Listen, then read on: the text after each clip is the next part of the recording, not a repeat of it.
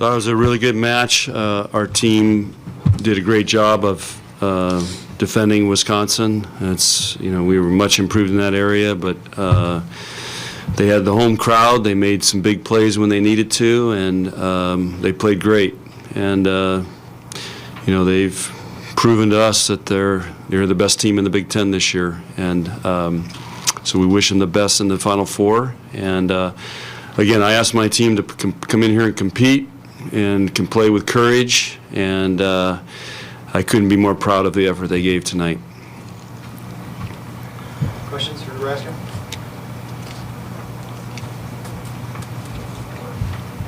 Coach, defensively, was this the type of match that you wanted to play against Wisconsin? I think they had a season low in hitting percentage. Was this the kind of defensive match that you needed against them? We prepared really well, and we figured out some things the first 2 times we played them because we weren't very good against them, and our players did a A-plus job of following the game plan and staying with it, and we had plenty of opportunities to convert points, and so they did an awesome job with following the game plan. Jalen came up with a great game plan, and so I'm sure some other teams are going to study that.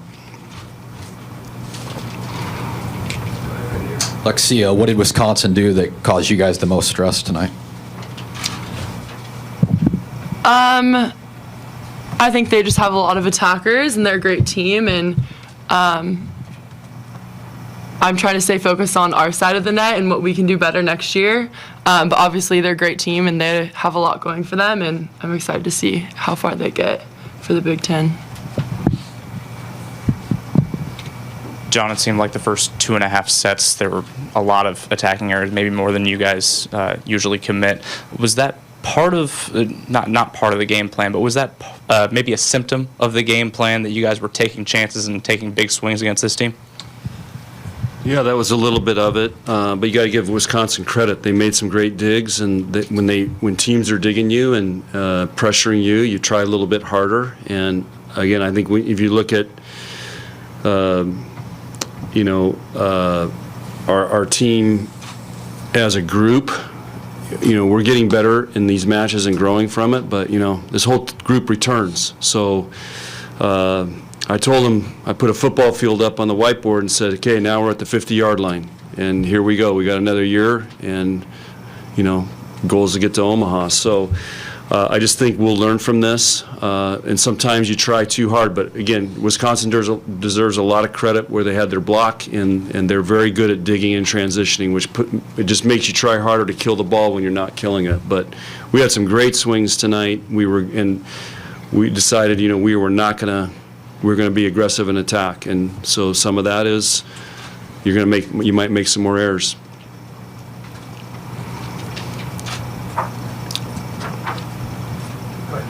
Jazz, what early in the match when you're able to tool the block, what are you feeling and what are you thinking when you're having that success early in the match tooling? Definitely just trusting my training. That's something we train every day, and that was definitely something that was part of our game plan going into playing Wisconsin, because it's a really big block, so you got to go high. So I was just definitely trusting in the plan that the coaches had set for us. Jazz, what happened with your jersey? You were in number 7 out there. Pretty early changed into that. Yeah, I forgot my long sleeve, so yeah. Nicklin, can you talk about how the offense operated too? What was Wisconsin causing problems for you guys that led to some of the issues you were facing out there?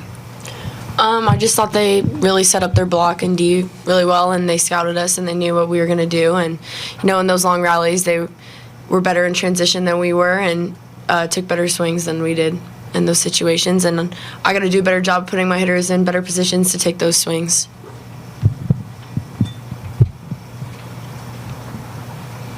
Nicklin, when you look at the whole season, how successful was this year for the team? Really successful. Sorry. I just think about everything that this team went through this year and just how strong we became and the adversity that we went through. And I'm just so proud that I get to play next to them every day. And just to see how we bonded and we grew together, it was really special. And so it coming to an end, it's sad, but it's been amazing to play on this team. Lexi, when Coach puts that 50-yard line up on the whiteboard, what does that mean to you as a junior on this team? Obviously, next year is going to be our last year for a lot of us, and I think that it just gives us a different mindset and motivates us to go into next year and just understand that we have last year all behind us, or this past season, to use for our advantage for sure. And like he said, we don't have anyone leaving this year, so yeah. For any of the players, Nicklin mentioned some adversity you faced this year. One of that was dealing with the loss of Dane. And after that, you dedicated the season to his memory. How proud of you are you to be able to play for his memory? Dane was always so fun-loving, and he just brought so much to this team. And, you know, before we went into every match, we just talked about how we wanted to go out there and we wanted to play with the joy that Dane had. And I think we did a great job of doing that. And it was always an inspiration for us every time we went out there. And, you know, he was just such a big part of this. And I think we honored him in the way we played and the way we acted with each other. And if he was here, he would be very proud of us. One more question? John, was it your serving or your passing that held you back the most in this match? Tonight? Neither. If you look at our stats, we outserved and passed Wisconsin tonight. Now, they had more aces than we did, but in our numbers, we were better.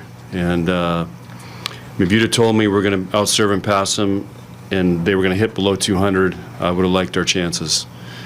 But, again, they're a great team, but we brought it serving tonight, and we had them under a lot of stress. And our passing was really solid tonight, with the exception of the first run there in the first game where Megan got worked a little bit. One final question, Red. Players, speak to the impact of your Hawaiian assistant coach and just what he brings to the program.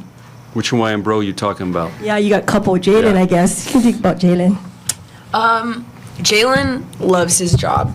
I've never seen someone just so dedicated, just have so much passion for the game, and it rubs off on everyone around him. You can tell how much he wants everyone around him to be better and to just love the game as much as he does.